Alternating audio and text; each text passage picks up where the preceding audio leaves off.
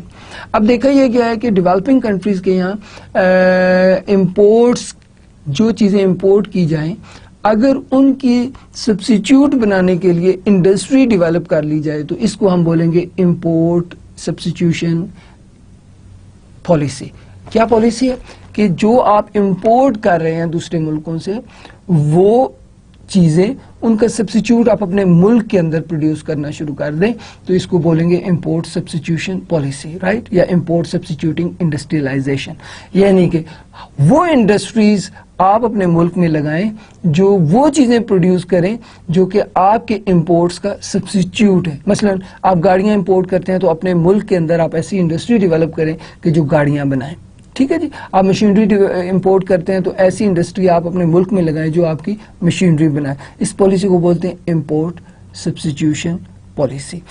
اب اس میں کچھ ایشو ہے، دیکھیں جب آپ کوئی چیز امپورٹ کرتے ہیں اور جب آپ اس کا ملک کے اندر سبسٹیٹیوٹ بنا رہے ہیں تو کچھ ایشوز آپ کو فیس کرنے پڑتے ہیں۔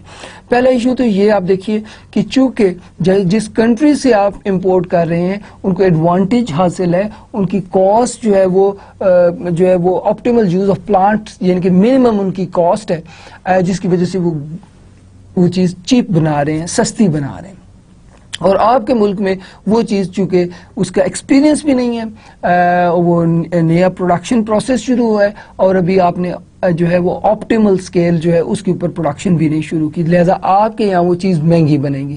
جو آپ امپورٹ کر رہے ہیں وہ کنٹری اس چیز کو سستا بنا رہے ہیں، آپ کے یہاں وہ چیز مہنگی بنے گی۔ اوکے، سو اب دیکھیں پھر یہ ہے کہ وہ چونکہ پہلے سے بنا رہے ہیں، ایکسپیرینس ہے، ان کی کوالٹی اچھی ہوگی، آپ کی کوالٹی زیادہ اچھی نہیں ہوگی۔ آپ کوئی سی بھی ایگزامپل لے لیں، جیسے کہ یہ بال پوائنٹ ہے، ٹھیک ہے جی، یہ بال پوائنٹ پین آپ چائنا سے امپورٹ کرتے ہیں، آپ یہ چاہتے ہیں کہ اس کا سبسٹیٹیوٹ ہمارے ملک میں بننا شروع ہو جائے۔ اب کیا ہوگا، اب جب ہم یہ بنائیں گے تو اس میں نہ صرف اس کی کاسٹ زیادہ ہونے کی وجہ سے لوکلی جو ہے اس کی پرائس زیادہ ہوگی، بلکہ اس کی کوالٹی بھی اتنی اچھی نہیں ہوگی جتنی امپورٹڈ گڈ کی ہوگی، ٹھیک ہے نا۔ آپ نے یہ بات اچھی طرح سے سمجھ لینا ہے۔ جیسے کہ گاڑی ہے، آپ گاڑیاں بنائیں، چونکہ آپ گاڑیاں امپورٹ کرتے ہیں لہذا آپ گاڑیاں خود بنائیں، ٹھیک ہے جی۔ تو آپ ایسی انڈسٹری ڈیولپ کریں جو آپ کی گاڑیوں کو سبسٹیٹیوٹ تیار کرے۔ اوکے، سو اب آپ نے کیا کیا، ایسی انڈسٹری سیٹ کی جو کہ گاڑیاں بنا رہی ہیں۔ اب کیا ہوا، جو امپورٹ ہو کے گاڑیاں آپ کے یہاں آ رہی ہیں ان کی کوالٹی جو ہے وہ لوکل مینوفیکچرڈ کار سے بہت بہتر ہے، ٹھیک ہے۔ اچھا، اس کے ساتھ جو امپورٹ ہو رہی ہیں وہ کمپیریٹیولی چیپ بھی ہیں، ٹھیک ہے نا جی۔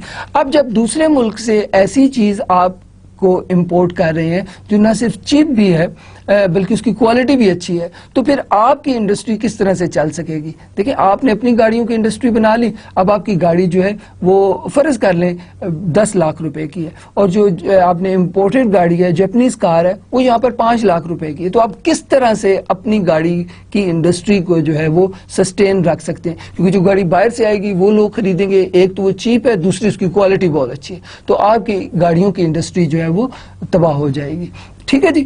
اچھا، پھر آپ کیا کریں گے، اب آپ جو باہر سے چیز منگوا رہے ہیں اس کے اوپر آپ امپورٹ ٹیکس لگا دیں گے، ٹھیک ہے۔ بہت سارے طریقے ہیں کہ کیا کیا جائے، ٹیرف بھی لگ سکتا ہے، آپٹیمل ٹیرف بھی ہوتا ہے، کوٹا بھی رکھا جا سکتا ہے۔ تو اب جو باہر سے چیز آپ کے ملک میں آ رہی ہے اس کے اوپر امپورٹ ٹیرف لگا دی، ٹھیک ہے جی۔ اب فرض کریں وہ امپورٹ ٹیرف جو ہے وہ 100% ہے، ٹھیک ہے جی، تاکہ آپ کی اور امپورٹڈ کار کی قیمت برابر ہو جائے۔ اب دیکھیے جیپنیز کار بھی جب آپ 5 لاکھ روپے کی وہ گاڑی ہے اس کے اوپر 5 لاکھ اس کے اوپر ٹیکس لگا دیتے ہیں تو وہ گاڑی بھی آپ کے ملک میں آ کے 10 لاکھ کی ہو گئی، آپ کی گاڑی بھی جو 10 لاکھ کی۔ اب آپ دیکھیں کیا اب آپ کی گاڑی بکے گی؟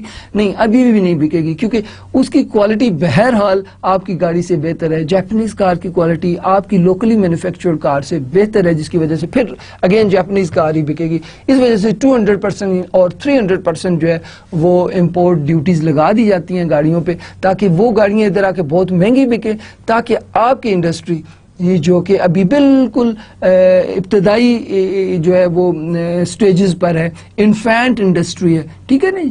تو تاکہ وہ جو آپ کی انڈسٹری جو ہے وہ چلتی رہے، اس کی گڈز جو ہیں وہ بکتی رہیں، ٹھیک ہے نا جی.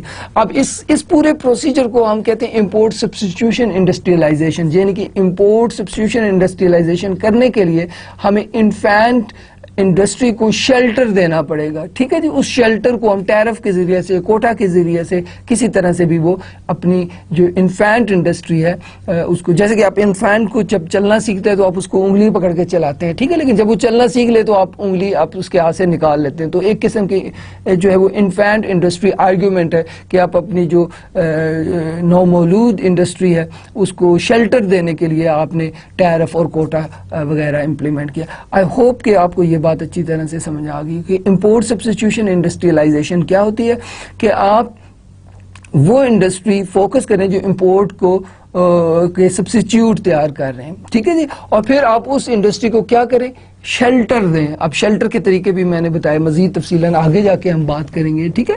تو from World War II until the 1970s, many developing countries attempted to accelerate their development by limiting imports of manufactured goods to foster a manufacturing industry or sector serving the domestic market.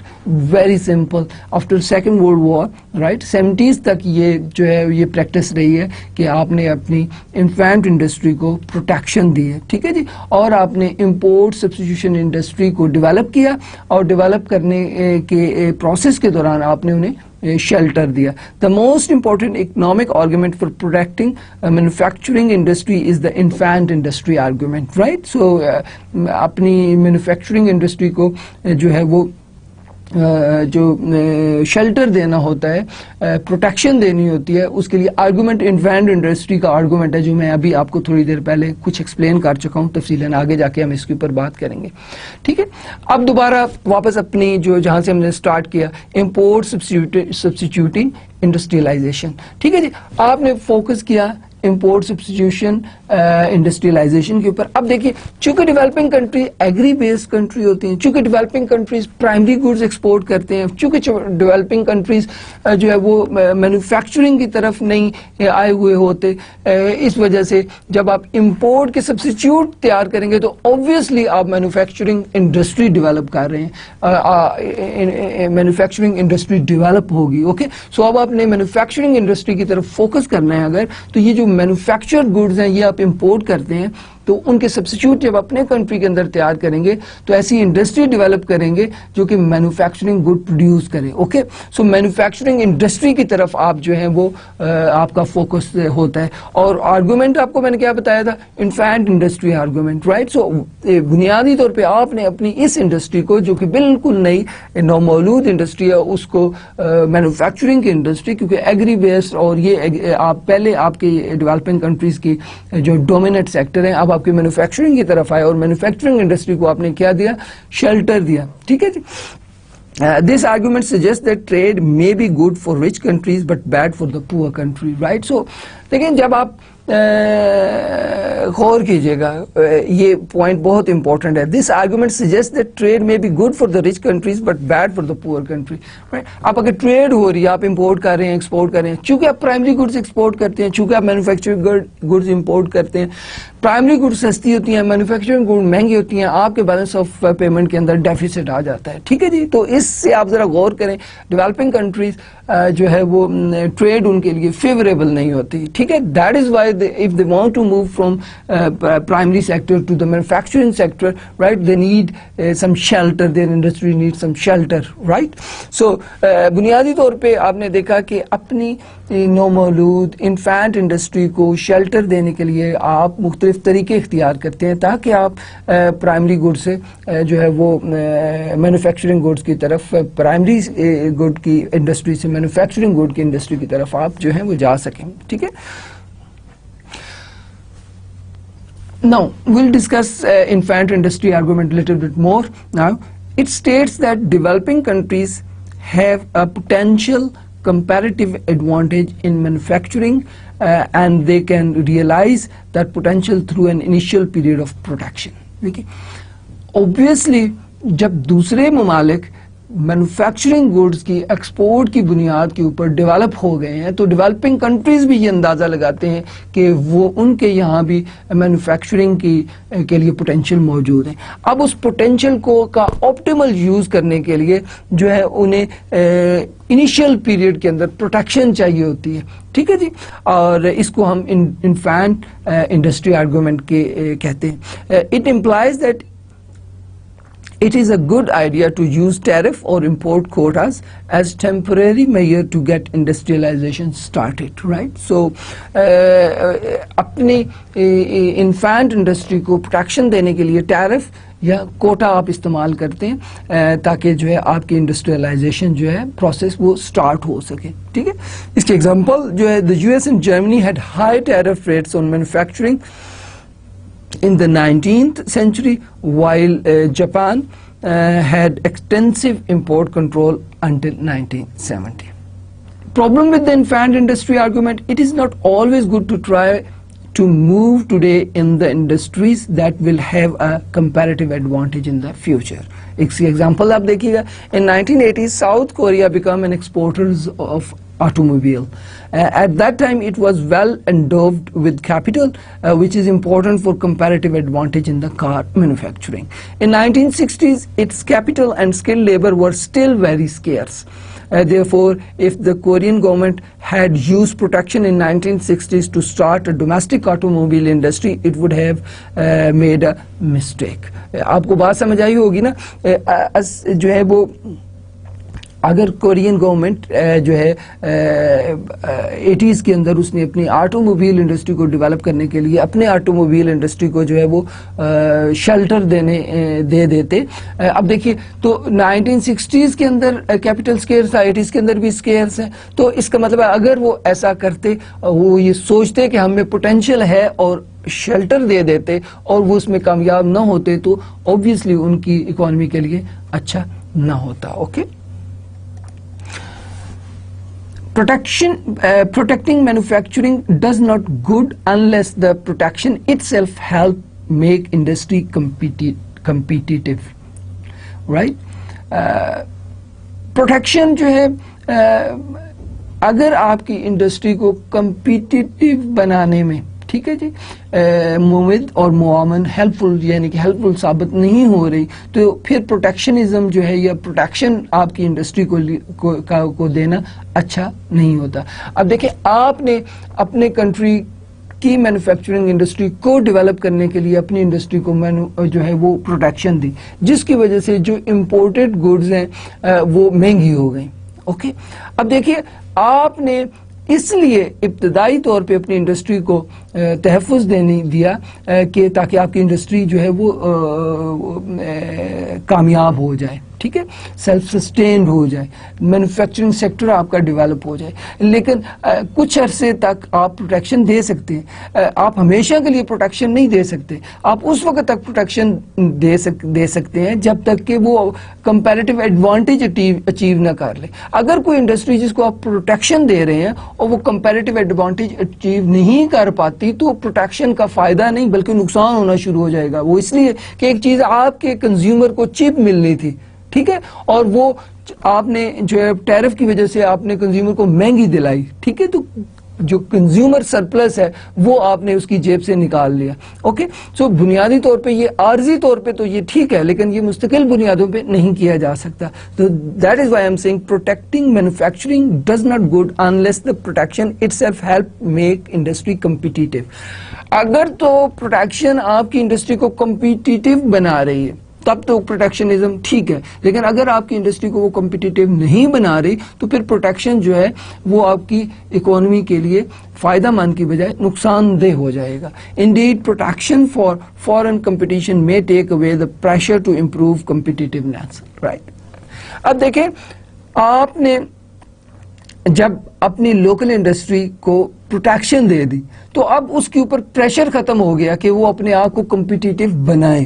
Okay. however اگر آپ نے protection gradual جو ہے کم کرنے کا جو ہے وہ انڈیا دے رکھا ہے, you have you know suggested the domestic producers, right, that import tariff will eliminate the import tariff gradually, right, or will reduce the import tariff gradually, then they will try to become competitive, right. So اس کی example آپ دیکھیں, Pakistan and India have protected their heavy manufacturing sector for decades and have recently begun to develop significant export of light manufacturing like textile, not the heavy manufacture that they have protected. لیکن بعد آپ نے غور کیا, آپ نے protection دی اپنے heavy manufacturing industry کو, اوکے, اور کئی دہائیوں سے آپ دے رہے ہیں, ٹھیک ہے, لیکن اس کے باوجود آپ کا جو ہیوی انڈسٹریل سیکٹر ہے وہ ڈیولپ نہ ہو سکا, وہ کمپٹیٹیو نہ ہو سکا. however کچھ حد تک ٹیکسٹائل جو ہے وہ پاکستان اور انڈیا نے اپنا ڈیولپ کر لیا, سیکٹر ڈیولپ کر لیا, ایکسپورٹ جو ہے اس میں آپ جو ہے آپ نے انکریز کیے ہیں, رائٹ. لیکن پھر بھی ہیوی مینوفیکچرنگ انڈسٹری آپ کی ڈیولپ نہیں ہو سکی جس کو آپ نے ایک لمبے عرصے تک پروٹیکشن دی ہے. تو اب آپ نے غور کیا کہ اگر پروٹیکشن جو ہے وہ آپ کی انڈسٹری کو کمپٹیٹیو نہیں بنائے, رائٹ, یعنی کہ کمپٹیٹیونیس کی جو ارج ہے اس کو آپ کی انڈسٹری جو ہے میں سے نکال دیا جائے, یا وہ جو ہے وہ اچیو نہ کر پا رہی ہو کمپٹیٹیونیس, تو پروٹیکشنزم کا فائدہ نہیں ہے. آپ نے غور کیا, اگر آپ دیکھیے کہ ہم نے آج ہمارا لیکچر کیا ہے, trade policy of developing countries. Developing countries جو ہے وہ اگر آپ تھوڑی سی سمری بیک گراؤنڈ اس سے دیکھیں, وہ ان کا کامن کریکٹرسٹکس ہے کہ بیلنس آف پیمنٹ میں ڈیفیسٹ ہوتا ہے. وہ اس لیے ہوتا ہے کہ ان کی ایکسپورٹس کم اور امپورٹس زیادہ ہوتی ہیں, ٹھیک ہے. اب ایکسپورٹس کم کیوں ہوتی ہیں, ٹھیک ہے, کیونکہ وہ پرائمری گڈز ایکسپورٹ کرتے ہیں جو کہ چیپ ہوتی ہیں.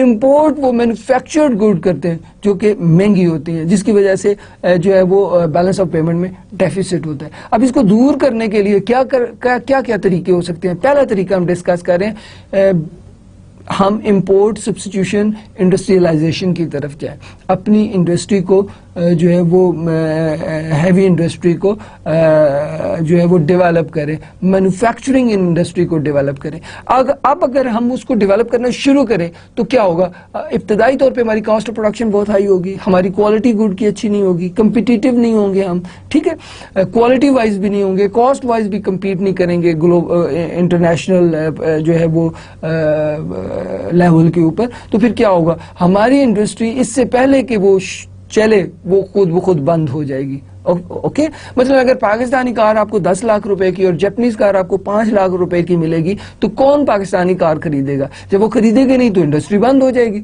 اوکے, تو پھر ہم کرتے کیا ہیں, ہم اس کو شیلٹر دیتے ہیں. آرگومنٹ انفینٹ انڈسٹری جو آرگومنٹ ہے وہ اس کی بیس کے اوپر ہم اس کو شیلٹر دیتے ہیں. وہ ٹیرف کے ذریعے سے بھی ہو سکتا ہے, کوٹے کے ذریعے سے, جب اسے شیلٹر دیتے ہیں. اب یہ شیلٹر اگر مستقل بنیادوں پر ہو تو پھر ہماری انڈسٹری کبھی بھی کمپٹیٹیو نہیں بن سکتی. لیکن اگر انہیں معلوم ہو انڈسٹری والوں کو کہ یہ آہستہ آہستہ شیلٹر ہمارا ختم ہو جائے گا اور ہمیں اپنے پاؤں پہ کھڑا ہونا ہے, ہمیں کمپٹیٹیو بننا ہے, ہمیں گلوبلی کمپٹیٹیو بننا ہے, کوالٹی وائز بھی کاسٹ وائز بھی, تو پھر جو ہے وہ کسی بھی کنٹری کے لیے یہ پالیسی فائدہ مند ہو سکتی ہے. اوکے, جیسے کہ ایگزامپل آپ کو دی, کہ پاکستان کی ایگزامپل آپ کو دی, انڈیا کی ایگزامپل دی, کہ پچھلی کئی دہائیوں سے ہم نے جو ہے وہ اپنی انفینٹ انڈسٹری کو شیلٹر دیا ہوا ہے, ٹھیک ہے, ہیوی جو مینوفیکچرنگ انڈسٹری اس کو شیلٹر دیا. اس کے باوجود ہمارا ہیوی مینوفیکچرنگ سیکٹر جو ہے وہ کمپٹیٹیو نہیں ہو سکا.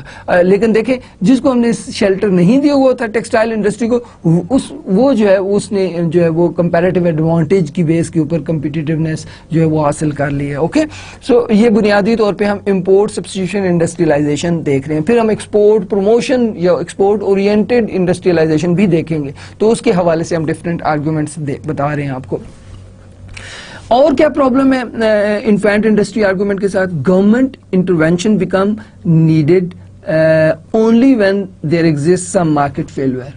Right? The infant industry argument for protection does not identify any market failure that the protection is meant to address. Government کا بھی intervention کرتی ہے جب market fail ہو رہی ہوتی ہے, ٹھیک ہے نا جی. Infant industry argument for protection does not identify any market failure. ہم مارکیٹ فیلئر ہو تو گورنمنٹ انٹرونشن کرتی ہے. گورنمنٹ جب ٹیرف لگاتی ہے اس مین گورنمنٹ انٹرونشن کر رہی ہے. ٹھیک ہے جی. اب اس کے لیے ہمارے پاس کوئی اکنامک آرگومنٹ نہیں ہے کہ مارکیٹ کا کیا فیلئر ہوا ہے جس کی وجہ سے گورنمنٹ کو انٹرونشن کرنی پڑی ہے. ٹھیک ہے جی. کیونکہ گورنمنٹ صرف اس صورت میں انٹرونشن کرتی ہے جب مارکیٹ فیل ہو جائے, ڈیمانڈ اور سپلائی جو ہے وہ کام نہ کر رہے ہو. So price and output is not determined on the basis of demand and supply forces, right. So تب گورنمنٹ کی انٹرونشن جو ہے جسٹیفائیبل ہوتی ہے. لیکن اس کا مطلب کیا ہوا کہ اگر مارکیٹ جو ہے وہ مارکیٹ میکانزم کام نہیں کر رہا, پرائس میکانزم کام نہیں کر رہا, مارکیٹ فیل ہو رہی ہے, تو گورنمنٹ کی جسٹیفیکیشن بنتی ہے انٹرونشن کی. اب ٹیرف لگانا یا کوٹا مقرر کرنا it is a kind of intervention of the government, right. So اس کے لیے ہمارے پاس کوئی جسٹیفیکیشن نہیں ہے کہ گورنمنٹ کیوں انٹروین کرے. ٹھیک ہے. It is implicitly assumed that the capital market failed to see the bright future in the infant industry that the government can see. اب دیکھیں بات یہ ہم assume کر لیتے ہیں, گورنمنٹ کیا کرتی ہے, assume کر لیتی ہے کہ جو ہمارے ملک کی سیکٹر انڈسٹریل سیکٹر ہے وہ مینوفیکچرنگ سیکٹر میں آنے والے وقتوں میں جو فائدہ ہے اس کو اگنور کر رہا ہے, فورسی نہیں کر پا رہا. ٹھیک ہے. اس کا اچھی طرح سے اندازہ نہیں لگا پا رہا. تو مارکیٹ فیل ہو رہی ہے. کس طرح سے فیل ہو رہی ہے؟ اس طرح سے فیل ہو رہی ہے کہ مینوفیکچرنگ سیکٹر کی طرف جانے سے آنے والے وقت میں بہت بڑا فائدہ ہو سکتا ہے. ٹھیک ہے. تو مارکیٹ جو ہے, مارکیٹ میکانزم جو ہے, یہ پرائس میکانزم جو ہے وہ ہماری انڈسٹری کو مینوفیکچرنگ کی طرف نہیں موڑ رہا. ٹھیک ہے جی. تو یہ ایک قسم کا ہم ازیوم کر لیتے ہیں کہ یہ مارکیٹ فیل ہو رہی ہے. ٹھیک ہے جی. یہ implicitly we assume that the capital market fails to see the bright future in the infant industry that the government can see. But in the advanced countries at least, private lenders often sustain infant industry for long period of time. So the better approach is poor country may be to fix the capital market. ٹھیک ہے. سو تمام مسائل کا ایک بہترین حل ہے کہ اگر ہم کیپٹل مارکیٹ کو فکس کر دیں تو آٹومیٹیکلی وہ فورسی کرنا شروع کر دے گی کہ کس سیکٹر کے اندر آنے والے وقت میں پروفٹ زیادہ ہیں. Okay. Now, market failure justification for the infant industry production کے اوپر ہم بات کریں گے. Two market failures are identified as a reason why infant industry protection may be good idea. اب infant industry کو protection دینے کا آئیڈیا دو market failures کی بیس کے اوپر جو ہے وہ کیا جا رہا ہے. ٹھیک ہے جی. market failure justification for infant industry protection is based upon the failure of two markets, right? So ہم وہ بات کریں گے. Two market failure are identified as a reason why infant industry protection may be good idea. Number one, imperfect capital market justification. So capital market کی imperfection جو ہے یہ ایک justification ملتی ہے. دیکھیں نا ہم یہ کیوں بات کر رہے ہیں, میں آپ کو تھوڑا سا یاد دلاتا ہوں. ہم اس لیے یہ بات کر رہے ہیں گورنمنٹ نے پروٹیکشن دینے کے لیے انٹرونشن کرنی ہے. انٹرونشن کے لیے ہمارے پاس جسٹیفیکیشن ہونی چاہیے. جسٹیفیکیشن کیا ہے کہ مارکیٹ اگر خود کام نہیں کر رہی, میکانزم جو ہے پرائس میکانزم کے تحت کام نہیں کر رہی, رائٹ, آٹومیٹیکلی کام نہیں کر رہی, تو پھر گورنمنٹ کیا کرتی ہے, اس میں انٹروین کرتی ہے. تو اب یہ آرگومنٹ جو ہے وہ دو مارکیٹ فیلئرز کی بیس پر ہیں. ایک important one we are discussing here that imperfect capital market. If developing country does not have a set of financial institution that would allow saving for traditional sectors such as agriculture to the use to finance investment in a new sector such as manufacturing, then growth of a new industry will be restricted.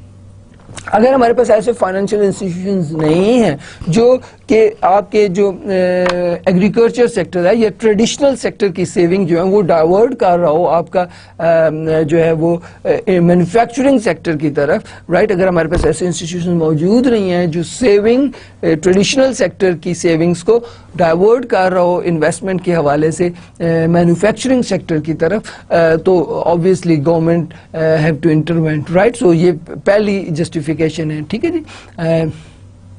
appropriability argument, firm in a new industry generates social benefits for which they are not compensated, right. جیسے کہ start up cost of adapting technology. Okay. So یہ ایک another argument ہے کہ جو ابتدائی cost ہے اس کو کمپنسیشن کے لیے جو ہے وہ گورنمنٹ انٹروین کرتی ہے. اب اس کے کاؤنٹر آرگومنٹس کی طرف دیکھیں. Two market failure imperfect capital market and non appropriatable social benefit should address directly, not by tariff. ٹھیک ہے. Second, in practice, it is difficult to spot the industry that warrant special treatment. In the end, it comes down to which industry have more political clout. Reduction of import will necessarily reduce export. Okay? تو یہ counter arguments ہیں جتنی بھی ہم نے discussion کی اس کے. Now, results of favoring manufacturing, problem of import substitution, industrialization کی ہم بات کریں گے. Many countries have pursued import substitution, have not shown any sign of catching up with the advanced country. So, import substitution, industrialization کی مدد سے کوئی developing country جو ہے وہ ڈیولپ کنٹریز کو جو ہے وہ پہنچ نہیں پایا. ٹھیک ہے, اس لیول نہیں کیچ اپ نہیں کر سکا. Okay, so example India after 20 years of economic plan between the early 1950s and early 70s, its per capita income was only a few % higher than before. اب یہ پروٹیکشنزم جو میں نے آپ کو پہلے بتایا 60s اور 70s اور 80s پاکستان اور انڈیا کے اندر جو اس کا بہت جو ہے وہ ایکسٹینسولی استعمال کیا گیا, لیکن اس کے باوجود ان کی جو ہے پر کیپٹا انکم جو ہے وہ چند % سے زیادہ نہ بڑھ سکی. Okay, so it means کہ results of favoring manufacturing, problem of import substitution کیا ہے. Many countries that have pursued import substitution have not shown any sign of catching up with the advanced countries. وہ advanced countries کے قریب بھی نہیں پہنچ سکے. ٹھیک ہے, so یہ آپ ذہن میں رکھیے گا. Now, why didn't import substitution industrialization work the way it was supposed to? ایسا جیسا کہ ہم نے آپ کو بتایا کہ import substitution strategy جو ہے یہ بہت ہیلپ فل ہو سکتی ہے. جیسے کہ ہم نے پاکستانی اور جیپنیز گاڑیوں کی بات کیا کہ دیکھیں آپ کی لوکل مینوفیکچر کار کو پروٹیکشن دے دی گئی اور جیپنیز کار جو ہے وہ آپ اس پہ 200% جو ہے وہ 5 لاکھ کی تھی, اس کو فرض کریں 10 لاکھ کی وہ ٹیکس لگا کر امپورٹ ٹیرف لگا کے پاکستان میں بک رہی ہے, اور لوکل کار 10 لاکھ کی بک رہی ہے. تو اب آپ کی انڈسٹری کو وقت مل گیا کہ وہ کمپیٹیٹیونیس جو ہے وہ اپنے اندر جو ہے وہ لے آ سکے. ٹھیک ہے, اور کچھ عرصے کے بعد جب پاکستانی انڈسٹری بھی جو ہے وہ خود انحصار ہو جائے گی, جب پاکستانی انڈسٹری بھی اچھی کوالٹی کی اور چیپ کارز بنانا شروع کر دے گی, تو اس وقت ہم ٹیرف جو ہے وہ ہٹا دیں گے, اوپن جو ہے وہ امپورٹ اور ایکسپورٹ ہونے دیں گے. تو اس طرح سے جو ہے ہماری انڈسٹری ڈیولپ ہو چکی ہوگی. ٹھیک ہے, یہ بظاہر تو یہ بہت اچھی سمجھ آنے والا جو آرگیومنٹ ہے اور اس کے ذریعے سے ڈیولپمنٹ جو ہے وہ اچیو کی جا سکتی ہے. لیکن کوشچن یہ ہے, why didn't import substitution industrialization work the way it was suppose to do, right. So on the basis of the empirical evidences, وہ کنٹریز جنہوں نے امپورٹ سبسٹیٹیوشن پالیسی اپنائی اور ٹیرف کے ذریعے اور کوٹا کے ذریعے سے اپنی انفینٹ انڈسٹری کو شیلٹر دیا, اس کے جو نتائج ہیں وہ زیادہ فیوریبل نہیں ہیں. ٹھیک ہے, comparative advantage may be related to the fundamental factors. Protection from the foreign competition will not always help. Right. So comparative advantage جو ہے جاپنیز کار کو ہماری کار کے اوپر کمپیریٹیو ایڈوانٹیج ہے, اور یہ اس کا تعلق فنڈامنٹل فیکٹر کے ساتھ ہے, نہ کہ جو ہے وہ protection from the foreign competition can help. No, not at all. So protection کے ساتھ نہیں, فنڈامنٹل فیکٹرز کے ساتھ ہے. رائٹ, آپ کی میکینیکل جو اسکلڈ, آپ کا کیپٹل کی اویلیبلٹی, آپ کی یہ ساری جو چیزیں ان کے ساتھ اس کا تعلق ہے. If all that is missing is experience, import industrialization میں ہیلپ. اگر صرف ایکسپیرئنس ہی ایک چیز ہے جس کی مدد سے جو ہے ہم کمپیٹ کر سکتے ہیں انٹرنیشنل مینوفیکچرنگ انڈسٹری کو, تو پھر تو یہ آرگومنٹ امپورٹ سبسٹیٹیوشن کا آرگومنٹ بہت جو ہے وہ اچھا ہے اور یوزفل نظر آ رہا ہے. لیکن مسئلہ کیا ہے, if the problem is the lack of skilled labour, entrepreneurs, managerial competence and social organization, then protection will not help. Right? So اگر تو ایشو صرف اور صرف ایکسپیرئنس کا ہے تو پھر تو obviously import substitution industrialization جو ہے وہ with the help of infant industry argument جو ہے وہ successful ہو سکتا ہے. لیکن اگر مسئلہ جو ہے وہ skilled labor کا ہے, جو انوویٹرز انٹرپرینیورز کا ہے, مینیجریل کمپیٹنس کا ہے, اور سوشل آرگنائزیشنز جو ہیں ان کا ہے, تو پھر پروٹیکشنزم جو ہے وہ ہیلپ نہیں کر سکتے. Now, import substitution industrialization is generated, number one, high rate of effective production. Number two, inefficient scale of production. Number three, higher income inequality and unemployment.